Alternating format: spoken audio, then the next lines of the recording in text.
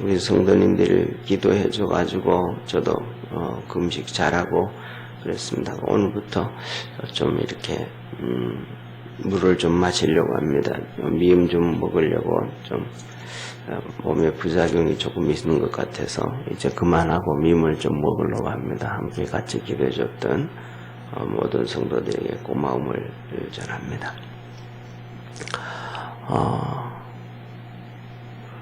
오늘은 여기서 보면 이스라엘 백성이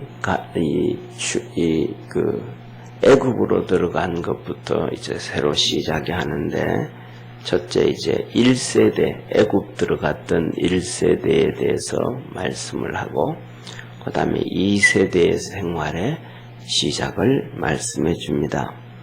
첫 번째 1절부터 시작해서 이렇게 7절까지는 1세대를 얘기하고 있는데, 애굽에 들어갈 때 야곱과 그 아들들 11명, 루벤, 시몬, 레위, 유다, 이사갈, 스불론, 베냐민, 단, 납달리, 아셀, 그리고 그 다음에 애굽에 있었던 야곱과 므낫세와 에브라임, 그래서 전부 70명이었더라. 이 말씀을 보면 이런 거예요. 애굽 땅에는 벌써 요셉이 거기서 2명의 자녀를 낳았잖아요. 므낫세와 에브라임. 그리고 그의 아내가 4명이 있었단 말이에요. 그렇다면 야곱과 함께 들어갔던 1세대 애굽 사람들은 66명이 갔고, 애굽에서 4명이 합류가 돼서 70명이 되었다. 그렇게 돼요. 여기서도 분명히 이미 애굽에 있는 요셉까지니, 그러잖아요. 그죠? 5절에 이미 애굽에 있는 요셉까지 다 합쳐서 70명이 되었다. 그렇게 얘기해요. 그리고 그 1세대 사람들이 6절에 요셉과 그의 모든 형제와 그 시대 사람들은 다 죽었고, 이제 그 1세대 사람들, 그러니까 형제 12명들까지도 이제 다 세상을 떠났고, 그들로 인해서 자손들은 여기서 이렇게 얘기해요. 어제 우리가 창세기 50장에서도 봤던 것처럼 이제 이 요셉이 4대를 보면서 이렇게 자식들이 번성되어서 가는 걸 보잖아요. 그러니까 그걸 얘기하는 거예요. 1세대를 통해서 들어갔던 사람들이 애굽 땅에 번성했다. 그래서 7절에 보면 이스라엘 자손은 생육이 중다하고 번식하고 장성하여 심히 강대하여 온 땅에 가득하게 되었더라. 이렇게 이제 1세대가 마감이 되어집니다. 그리고 이제 이 중대하고 많아지는 것부터 시작해서 2세대가 시작하는데, 다시 말하면 애굽에서 태어난 사람들을 2세대라 그럴 수 있잖아요. 1세대는 어느 정도 이제 지나갔고 2세대가 이제 자리를 잡게 되었다. 2세대가 자리를 잡았는데, 2세대가 자리를 잡을 때는 첫째 8절에 보면 요셉을 알지 못하는 왕이 등장했다. 요셉을 알지 못하는 왕이 등장했다. 이 말은 쉽게 말하면 애굽 땅에서 또 하나의 쿠데타가 일어났다. 이렇게 보면 돼요. 전쟁이 있었던 쿠데타가 있었다. 그 다음에 그래서 그가 하는 얘기가 뭐냐면, 항상 중요한 것은 왕들이 정권을 잡고 나면 항상 자기 권력을 옹호하기 위해서 기존에 있던 세력들을 다 쳐내요. 그러니까 정권을 잡고 나면 기존의 여권을 다 쳐내요. 그래서 그래서 뭐냐면, 야권으로 사는 사람들은 항상 평생 야권으로서 항상 정치 주변에 살아갈 수가 있지만은, 여권의 실세들은 정권이 바뀌면 다 물러나게 되어지는 거예요.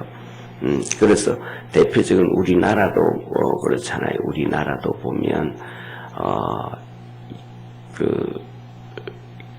이승만 대통령 지나가고 그다음에 박정희 대통령 들어섰을 때 그때부터 했던 야권의 인사들 김대중 대통령이나 김영삼 평생 야당으로 평생 살아갑니다.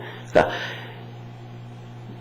예를 들면 박정희 대통령이 들어섰을 때는 그 민주당의 정권들 잡았던 사람들을 다 쫓아내고 정권을 잡죠.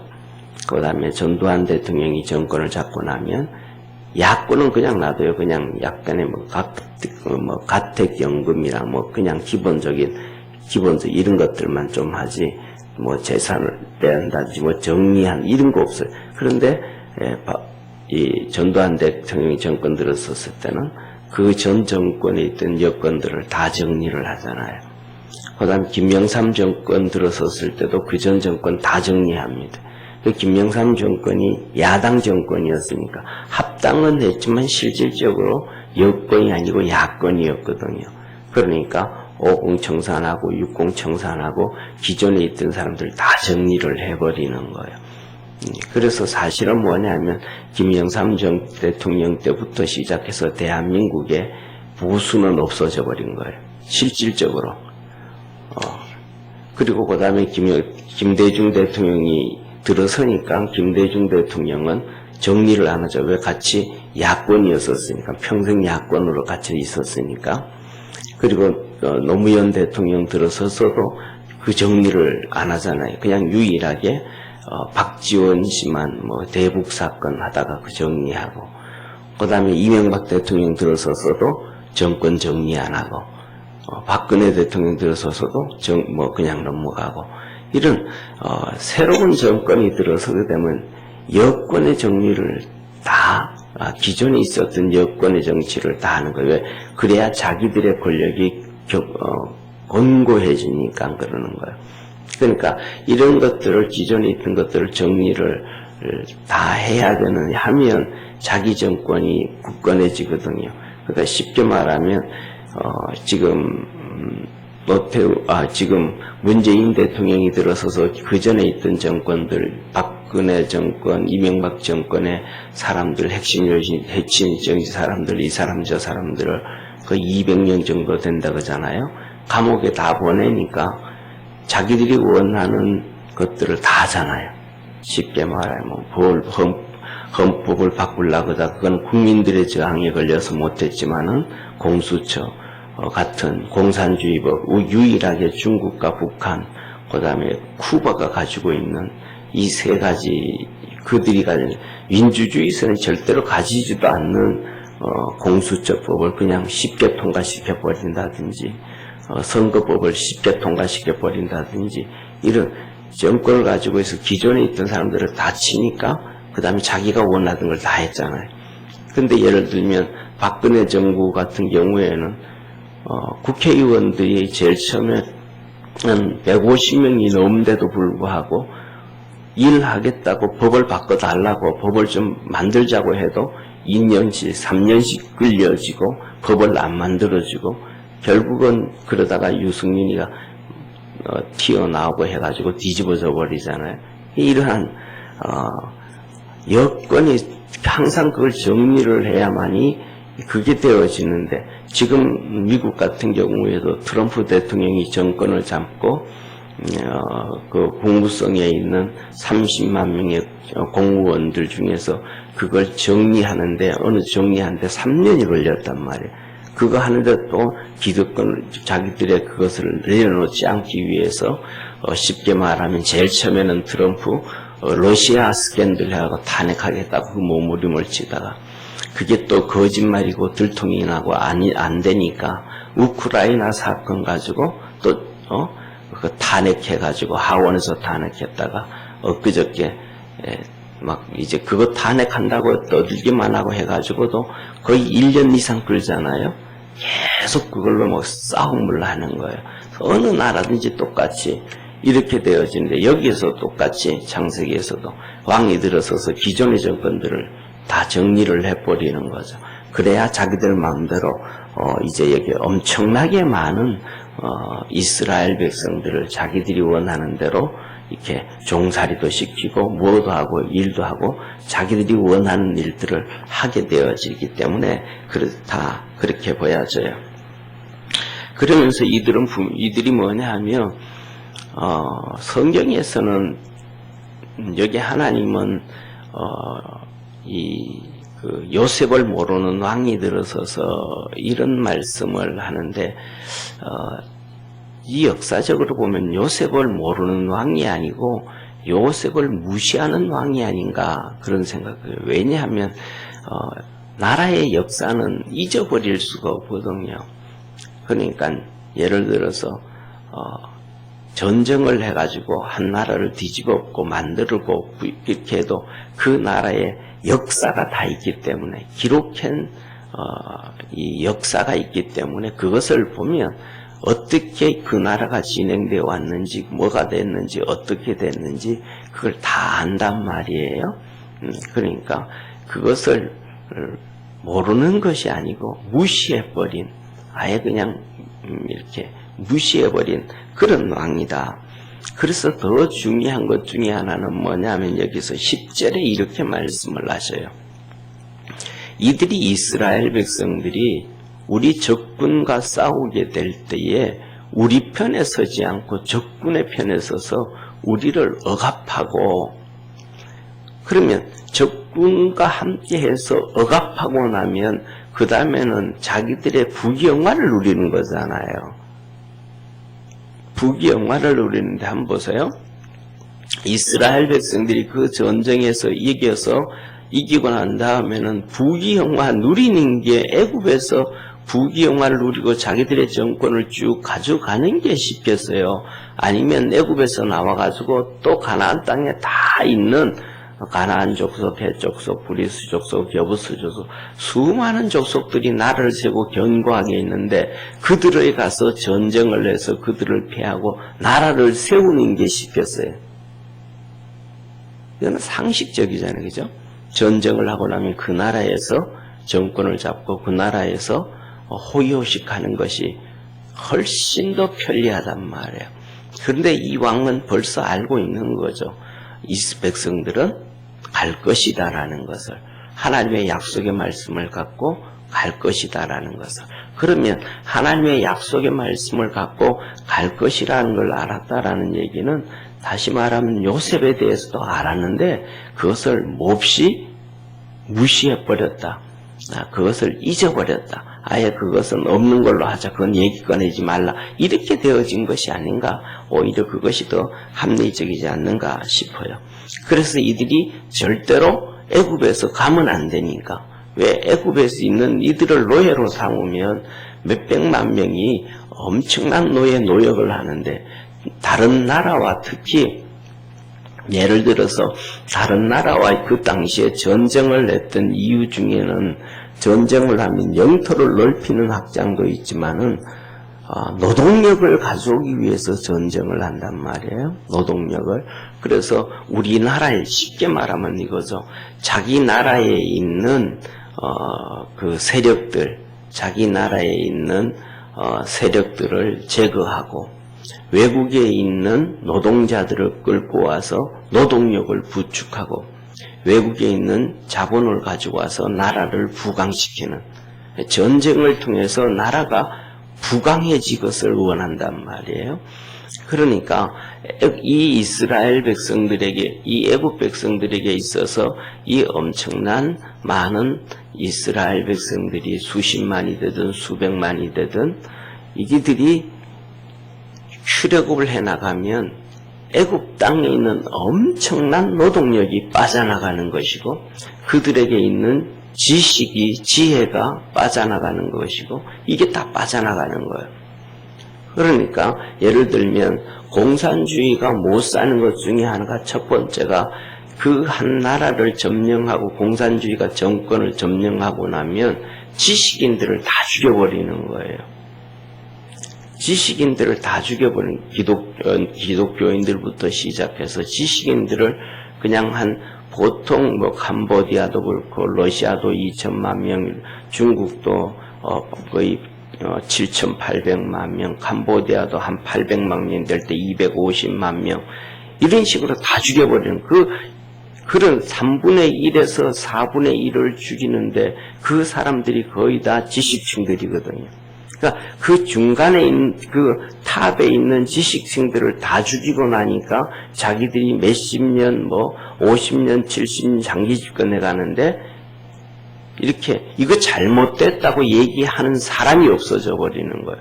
그것이 없어지기 때문에 그렇게 장기 집권이 쉽게 하지만은 그렇기 때문에 국민들에게 교육이 안 되어지는 거예요.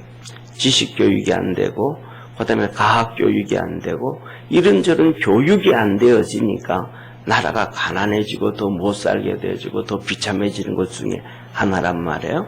그러니까 이스라엘 백성들이 오늘 여기 본문에 보면 이 람셋을 짓고 이 건축을 하는데 이 기술이 정말로 뛰어나잖아요. 이들이 빠져나가면 이런 기술들이 다 빠져나가 버리는 거죠. 그러니까 이들을 절대로 빠져나가게 하면 안 된다. 이들은 분명히 갈 사람들인데 빠져나가게 하면 안 된다. 나라의 재산을 잊어버리면 안 된다. 그렇게 얘기를 하죠. 그래서 이스라엘 백성들은 그 박해와 핍박을 받게 되어집니다. 그래서 첫 번째로 보면 이 12절에 보면 학대를 받을수록 번식하고 장성하고 근심하는 이 번성했다. 그래서 애국 왕은 근심했다. 박해를 하면 어느 정도 그 자리에 머물러야 되는데 박해를 하면 그 정도 이제 이 정도 수준이 그 정도면 이제 돼야 되는데 더 번성해져 갔다. 이게 뭐냐면 우리 기독교의 역사 중에 하나에 죽은 것 같은데 죽지를 않는다라는 사실이 400년부터 시작해서 1500년에 이르기까지 약 1600년 동안 1300만 명의 기독교인들이 천주교에 의해서 순교를 당해서 죽은 것 같았는데 그게 아니고 종교개혁을 통해서 기독교가 다시 부활을 해버렸잖아요. 어디에서든지 간에 그거 박해를 통해서 없어진 것 같은데 없어지지 않냐고 다시 일어나는 이 번성해져가는 또 우리 오늘날에 살아가는 믿음의 성도들도 이런저런 어려움과 힘든가 어려움이 있으면 그 어려움 가운데서 신앙이 죽어가는 것 같은데 다시 주님께로 일어서는 믿음의 성도들이 너무 많고 초대교회에서도 그 밖에 가운데서도 지하동굴로 카타콤으로 광야로 도망가면서 믿음 지킨 사람들이 셀 수 없을 정도로 어마어마하게 많은 그래서 우리 믿음의 성도들도 어려움 가운데 더 번성해서 가는 평안한 가운데서도 그렇지만 힘든 가운데서도 믿음으로 이 번성해가는 우리 하나님의 역사가 있기를 주의 이름으로 축원합니다. 그러다가 보니까 23절 14절에 성경에서 이렇게 말하면서 왕이 엄하게 해라 엄하게 13절 이스라엘 자손의 역사를 엄하게 하여 그 다음에 14절 끝부분에 이렇게 말합니다. 여러 가지 일이라 그 시키는 역사가 다 엄하였더라. 여기서 엄하였더라 이 말은 잔인하였더라 이 말이에요. 그러니까 잔인하게 일을 시켰다면 잔인하게 그냥 보통 일을 시킨 게 아니고 잔인하게 일을 시켰더라. 정말 견딜 수 없을 정도로 잔인하게. 이 잔인이라는 단어는 또 어디에 연결되어지냐면 잔인이라는 단어는 군인들에게 적용되어집니다. 군인들의 훈련은 정말 잔인하게 훈련을 시켜야 돼요. 그 하생방 훈련할 때 들어가 보면 정말 잔인하잖아요. 콧물, 눈물, 침 다 나오고 그냥 막 고통스러워가지고 막 몸부림을 친다고요. 이렇게 군인들의 훈련은 잔인하게 시켜야 전쟁에서 이기고 그들의 생명을 살려주는 거예요. 요새는 부모들이 군대 보내고 난 다음에는 뭐 휴대폰 가지고 놀고 뭐하고 그렇게 되어지면 나중에 무슨 일이 생기면 자기 자식들을 다 죽이는 거예요. 다 죽이는 거예요. 이게 부모들이 뭘 몰라서 그러는 거예요. 그러니까 군대 훈련이 빡세지는 것을 약하게 시킨다 그러면 이거는 엄마들이 들고 일어나서 군인들을 훈련을 세게 시키라고 자꾸 얘기해요. 그래야 결과적으로 자기 아들을 살리는 것이고, 그렇게 훈련을 해야 거기에서 뭘 가지고 오냐면 두 가지를 가지고 와요. 첫째로는 사회에 나와서 사회성을 키워가지고 오는 거예요. 그 다음에 두 번째는 자신감을 키워가지고 나오는 거예요. 내가 여기서 이렇게 훈련받고 이렇게 힘들게 하면서도 내가 버텨왔는데, 잘했는데, 내가 세상에 나가면 뭘 못하겠어. 이런 군대 가서 이 빡센 훈련을 통해서 그 자신감을 키워오는 거예요. 그런데 요새는 보면 이 군대 훈련이 아주 허술해져가고 막 그 엉망이 되어져가지고, 사실은 뭐냐면 자칫하면 무슨 일이 터지면 오히려 뭐냐면 자기 자식이 편하게 1년 반, 2년도 채 안 돼요. 지금은요. 21개월 정도밖에 안 돼요. 그러니까 그 시간을 21개월 얼마 안 되는데 그 21개월 중에서도 훈련은 거의 한 1년밖에 안 해요. 그러니까 그 짧은 시간을 정말로 빡세게 시키고 나면 그 학생, 그 사람이 평생을 살아가는데, 나오고도 이제는 20살이니까 20서너 안 되니까 20서너 돼도 평생, 요새는 80 넘게 살잖아요. 그죠? 그러니까 60년을 어떻게 살아가는 자신감을 갖게 되어지는데, 이게 그냥 엄마들이 전부 다 그냥 훈련을 편하게 하고 뭐 이렇게 하고 이러니까 하다못해는 군대 장교로까지도, 하사로 장교로까지 들어갔다가도 태국에 가가지고 성전환 수술해가지고 들어오고, 무슨 이게 군대예요. 군대는 이러니까 이게, 그러니까 자기 자식들을 막 보호한다 그러다가 다 죽이는 결과가 되고 인생을 망가뜨리는 결과가 되는 거예요.